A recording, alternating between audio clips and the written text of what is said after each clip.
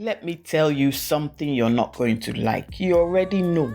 You know the truth you've been avoiding. You know the decision you've been postponing. You know the ending you've been pretending isn't happening. You know the beginning you're scared to admit you want. You're confused. You're uncomfortable. And the reason you feel stuck is not because you don't know. It's because you're hoping the truth will change if you ignore it long enough. But knowing is stubborn. It doesn't negotiate. It doesn't soften. It doesn't wait for you to be ready. It just sits there quietly, tapping its feet. Like, whenever you're done performing, we can proceed. Hi. You're listening to Pixel Reflections, the podcast where we zoom into the tiny pixels of your life until the bigger picture stops gaslighting you. I'm Olajumoke, writer, narrator, and someone who has learned that intuition is not a suggestion. If you're here, your knowing brought you. So let's not waste this time. Today's episode is called The Self Who Knows.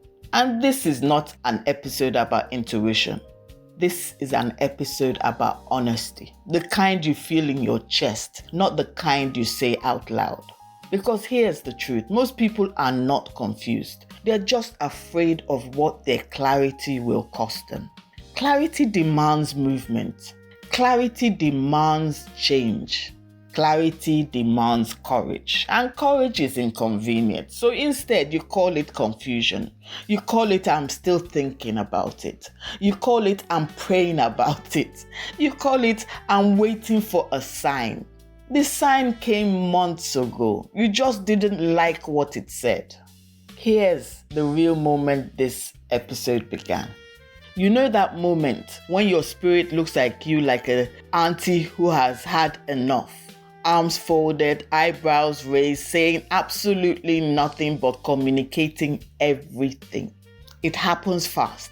1 second you're going about your day, pretending to be confused, pretending to need more time, pretending to pray about it for the 47th time. And suddenly your knowing steps forward, looks you dead in the soul, and says without speaking, so are we going to keep lying or should we be serious now? You feel it, not in your head, in your chest. That quiet, heavy, accurate truth that doesn't shout, doesn't negotiate, doesn't soften itself to make you comfortable. It just stands there, waiting for you to stop performing in confusion. And in that moment, everything becomes clear. You're not confused. You're avoiding the truth you already know. Have you ever noticed how your knowing behaves like a detective in an interrogation room? Not a friendly detective, but not patient one either. One of those old school seasoned, I've seen too much detectives.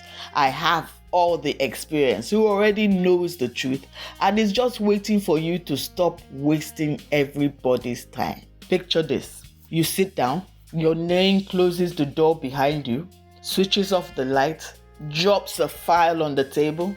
Your name is on the file. Your decisions are inside the file. Your excuses are stapled in the back. Your knowing doesn't shout. It doesn't threaten. It doesn't even sit properly. It just leans back, arms folded, looking at you like, so you want to tell me what really happened? Or should I read it out loud? And you start sweating. Not because you don't know the truth, but because you do. You start saying things like, I'm still thinking about it. Your knowing flips the file open, page 1. You already decided. I'm praying about it, page 2. God already answered. I'm waiting for a sign, page 3. The sign came in January. And detective, your knowing, just sighs. Deeply. The kind of sigh that carries disappointment, love, and this child will not kill me. Then it slides the file across the table and says, read it out loud to yourself. And that's the moment you break. Not because the truth is new, but because the truth is old and you've run out of places to hide. That's the comedy of knowing. It's not discovering the truth. It's finally admitting the truth has been following you around with receipts. there is a version of you that always knows. A version that sees before you understand. A version that feels before you can explain. A version that recognizes truth before you can name it. This version is not loud. It's not dramatic. It's not emotional. It's steady. It's ancient. It's yours. And it's been waiting for you to stop pretending. Knowing is not logic. It's not analysis. It's not evidence. Knowing is a frequency, a vibration, a quiet alignment. It's the part of you that recognizes truth, detects misalignment, feels red flags before they wave, sees endings before they arrive, senses beginnings before they form. The self who knows is not loud. It's not dramatic. It's not emotional. Let me ask you something. What truth have you been avoiding? What decision have you already made internally? What ending are you pretending isn't happening? What beginning are you scared to admit you want? Where have you been performing in confusion? You're not confused. You're not uncomfortable. There's a difference. Return to the self who knows. Now say this with me. I know I've always known. My knowing is wise. My knowing is ancient. My knowing is trustworthy. I release confusion.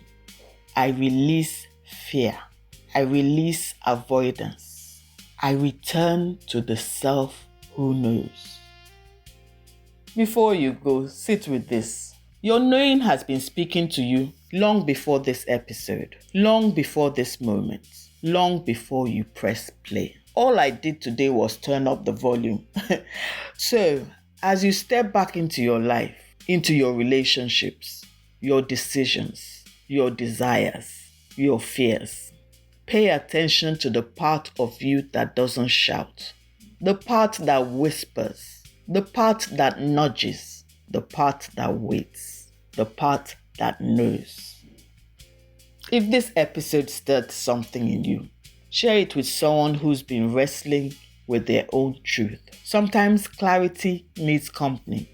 And if you want to stay connected to this kind of work, follow the podcast, leave a review, or tap the poll attached to this episode. Your reflections help shape what we explore next. Until next time, move gently, listen inwardly, and trust the self who knows.